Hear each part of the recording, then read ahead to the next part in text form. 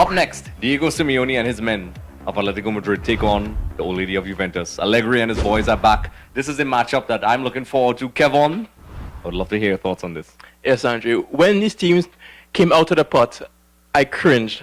I really cringed because it's the team I did not want as a Juve fan.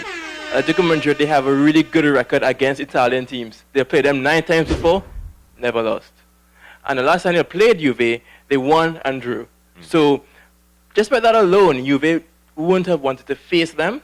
But the upside is that they have one Cristiano Ronaldo, world's best player, allegedly, on their squad this round. And Cristi has a really good record against Atletico Madrid because he scored somewhat 22 goals in about 30 games against Atleti, which is a truly outstanding record.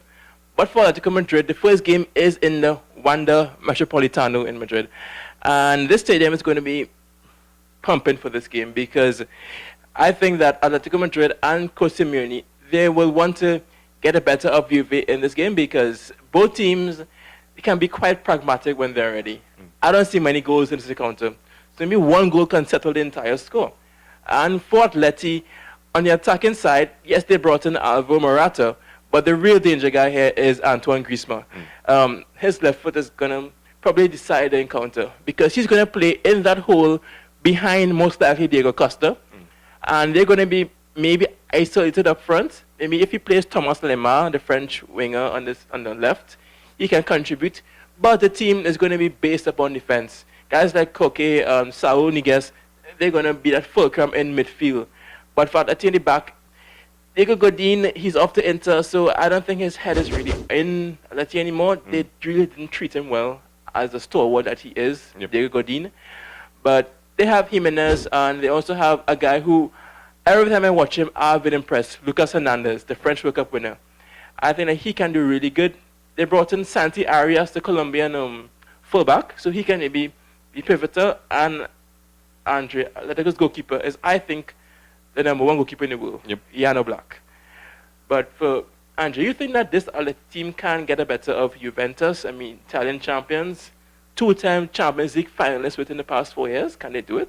The thing is, I mean, I'm pretty much going to echo what you were saying at the beginning. You know, I didn't cringe. I was excited because it's that's my match for me. That's the EXTV match of choice. Yeah. But I think Juventus, Atletico Madrid, those are the two teams they probably both wanted to avoid each other.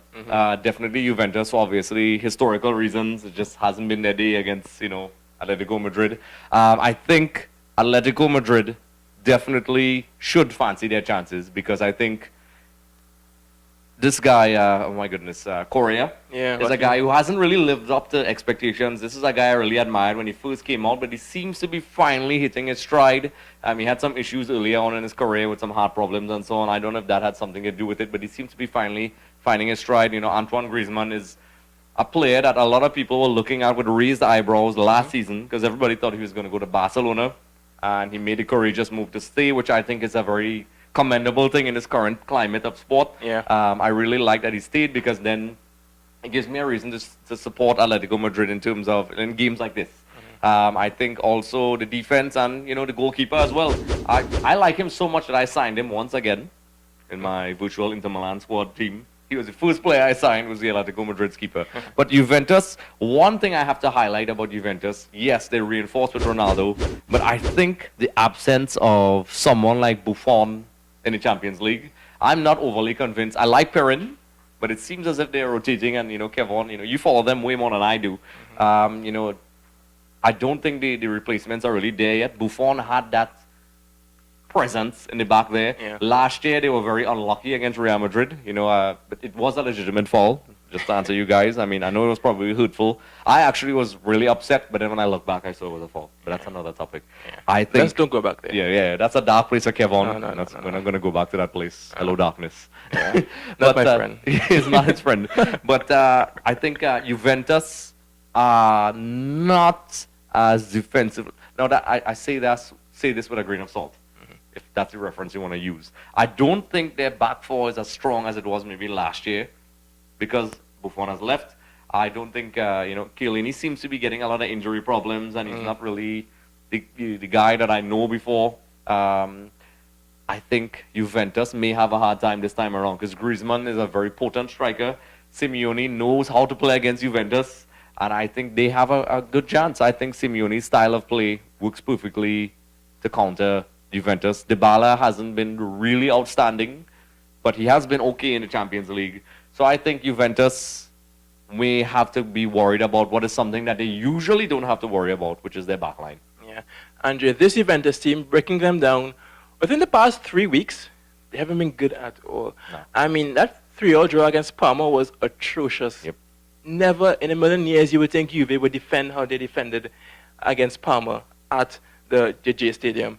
Because when you look at that Juventus team in the midfield, in my opinion, Allegri may drop the Germans, Emre Can and Khedira, because that midfield three of Matuidi, Pjanic, Holding, and Rodrigo Bentancur, to me that's the strongest part of the team, that midfield three. Because you have guys who can sit, play well, contain, and can burst forward. Matuidi, even though he isn't the most adequate finishers when he gets in the box, he still gets in the box with his ample energy. Yep. And in the back, Juventus hasn't been what you expect. I think that Juventus probably missed the boat here by not showing Mehdi Benatia enough confidence, because when Bonucci came back, he went straight to the team. I don't think that should have happened, because to me, Mehdi, he did really well last year, and he is a quality player, a good leader of Morocco. And I think that he and Kielny had a really good understanding there. But when Bonucci came back, Benatia sat on the bench, and he didn't like that, so he went to the Middle East. Yeah, and And who did they sign? I think Caceres for the third time. yeah. So even though I love Martin, I don't think he is that quality that Benatia had. And wing backs, Alexandro, potent as ever. But at the right back, I hope that Mattia De Sciglio doesn't play, because I much rather João Cancelo, good added force on that right-hand side. And goalkeeper, I have no problems with Wojciech Szczesny. I know Buffon had that aura about him, but Szczesny is good enough for me. Yeah. And up front, I think he's going to play that trifecta. You're going to have Mario Mandžukić at the apex with Ronaldo and Dybala roaming around them. Douglas Costa is an injury doubt, so I think they will miss that pace of the bench.